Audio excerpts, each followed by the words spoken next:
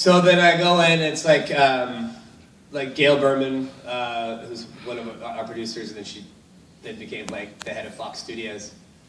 She was on the phone, and I'm like, hey, I tell that person that you're talking to, they still owe me $25, you know? And I'm like, da-da-da-da, you know? I'm doing, bye guys.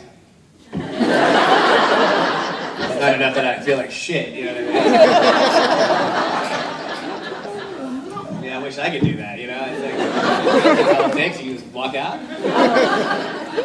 I mean, I can see you, you know what I mean? It's not like a fucking movie. Like, even that, you feel like a dick for walking out early on a movie, you know what I mean? And it's dark. Those fuckers might have just had spotlights on them, you know what I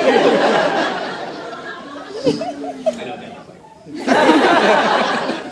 So then I went in, and so the casting director had given me a note to play it a particular way. And so I was doing it the way that she'd said, and like halfway through, Joss is like, stop.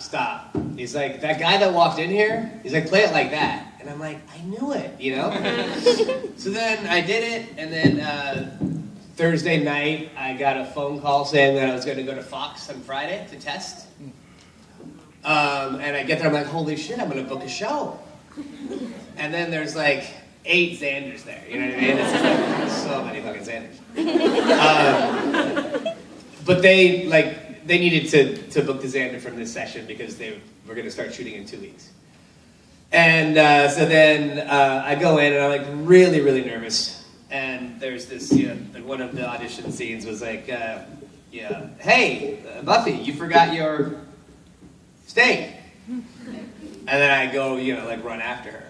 And so at Fox, and I was super nervous, and I'd like dry mouth and stuff. And so like, hey Buffy, you forgot your steak. And then I run, and then I sit. It's probably like 40 people. The people in the front row are the most important people. So I sit in this guy's lap, and I start playing with his hair. And then I found out later that was the head of Fox Studios. Which saved my ass, because I think they liked that a lot. They said, they passed me and this other guy. The other 6 said, sorry. So, but they gave the WB a note, you know, he seemed nervous, so kind of like keep an eye out for him. I come to find out later. Hold on, am I telling this right? I don't want to, You probably wouldn't know. I don't want to jizz my load right now, because anyway, so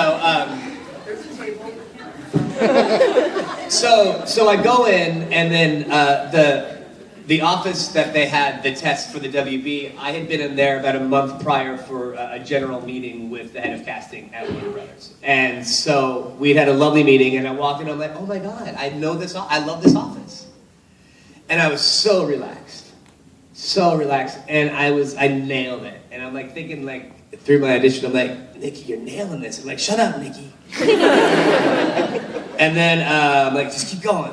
And they're laughing, and I'm like, boom, I'm done. I'm like, holy shit, I fucking nailed it.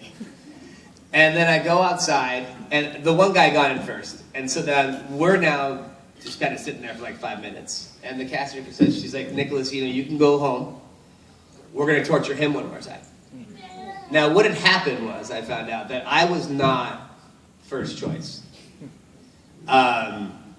It was this, and like, I was only there because they needed to test this guy against somebody else. You can't test one guy by himself.